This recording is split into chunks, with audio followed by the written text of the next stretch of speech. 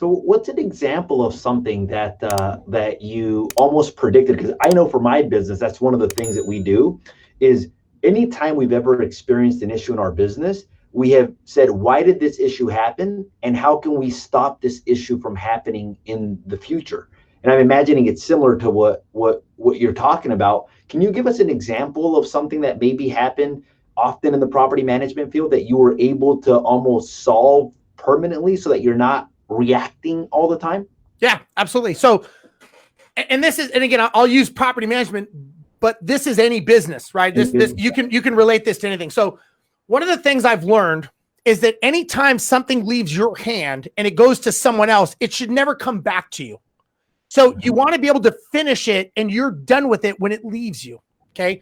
And so when you think about it this way, you think about, okay, if I have to send an email, how do I finish the conversation with this email and not have it come back to me? And the reason this is so important, and I'll get to your answer in a second, is your question, is 5-minute phone call is equal to 23 minutes of lost productivity. So, and you get 10 phone calls a day, that's equal to 230 minutes of lost time, which is half of your day. This is why people say, I'm always putting out fires. Because you got to stop what you're doing. You got to disengage. You got to deal with the issue. Then you got to make phone calls. Then you got to re-engage, and it's 23 minutes. So an example that we had was maintenance. Maintenance is always a tough thing because as a management company, we're dealing with a tenant, we're dealing with a contractor, and we're dealing with an owner. So we have to keep 3 people happy, and everybody has a different definition of happiness, and everyone is an emergency and a priority, right? Yeah. So what we realized was everybody would call us when things didn't go right. And we were the ones that had to sort things out. So what we said, oh, wait a second. Whenever there's a maintenance issue, we want to let the owner know, hey, this is going on, but we've got it handled. So we would proactively reach out to them and let them know this is going on. This is what we have happening. And the biggest thing that we learned is gaining their trust and letting them know we will call you Thursday by 9 a.m. with an update. We may not have an answer, but we will give you an update. The most important part is living up to your word and actually calling them. You can still say, you know what, I don't have an answer, but I'm just letting you know we haven't forgot about you. Because most people leave a business or leave a job as an employee because they think the company or the boss doesn't care. 68% of employees will leave a company because they think the bosses don't care. It's not overpay, believe it or not. People just want to feel recognized and appreciated. And so the biggest thing is being proactive in these challenges to reach out to them. And so I don't know if that answered your question, but that's something that anything that you could reach out to them first and not have to have them call you back. That's the thing, is being able to finish it up. The other thing we used to do is we were very big in virtual assistants. So we had about 60% of our company was in Mexico running with virtual assistants. Okay. We got so good, we actually built a company in Mexico and started doing it for placing them. But what we realized is we said, okay, 80-20 rule, right? Pareto's principle, 80-20 rule. You have 100 calls coming in. 80 of them are really not important, but they have to be answered. Yeah. But do they have to be answered by the property manager? That's a skilled job. And to show someone how to log into their email, or why do I have to pay my rent this month, or my dishwasher's not working. I want them doing the 20% that says, if we don't answer this today, we're going to get sued.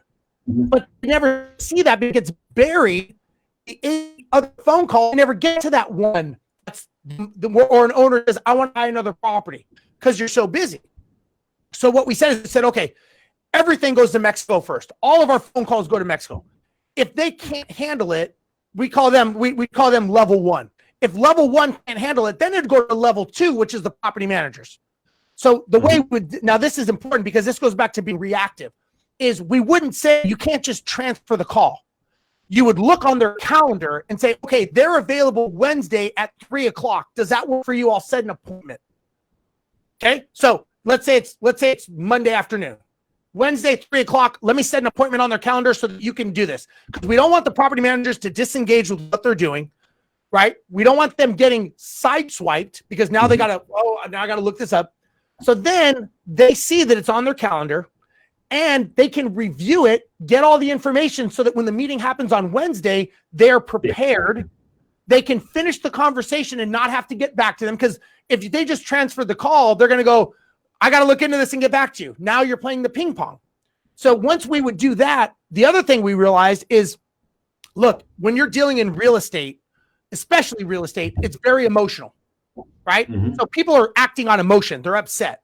Well, now we're giving them a kind of a cooling off period that by the time they actually do talk to our property managers, emotions have subsided for a day or so. Now we can start having a logical, non-emotional conversation. So we did that on purpose to let things settle. And so it really, really helped with number one, being reactive. And number two, look, no one ever makes I don't know anyone that's ever had an emotional knee-jerk reaction and said something or done something and said, yeah, I'm glad I said that, or I'm glad I did that. Right? Normally you're like, yeah, probably overreacted on that one. Probably shouldn't have said that or this. So we tried to make things a little bit more proactive and not reactive. And I think there's so many gold nuggets in what you said. One of them is that by you having that conversation with the owner of when you're going to call them, it almost lets them know you're setting expectations. Basically, you're setting expectation up front as to what's going to happen and when. So they don't have to be thinking on later on that night, like, am I going to be getting a call from my property manager? Are you going to be calling tomorrow? You're letting them know, which A, gives them peace of mind. And then two, it makes it so that they're not calling you back 2 or 3 times like, did this happen? Did this happen already? Because you're letting them know when it's going to happen. The other thing is the way that you set it up, extremely efficient. What I mean by that is that people are not getting distracted in things that aren't higher. At least the property managers aren't getting distracted, which is awesome.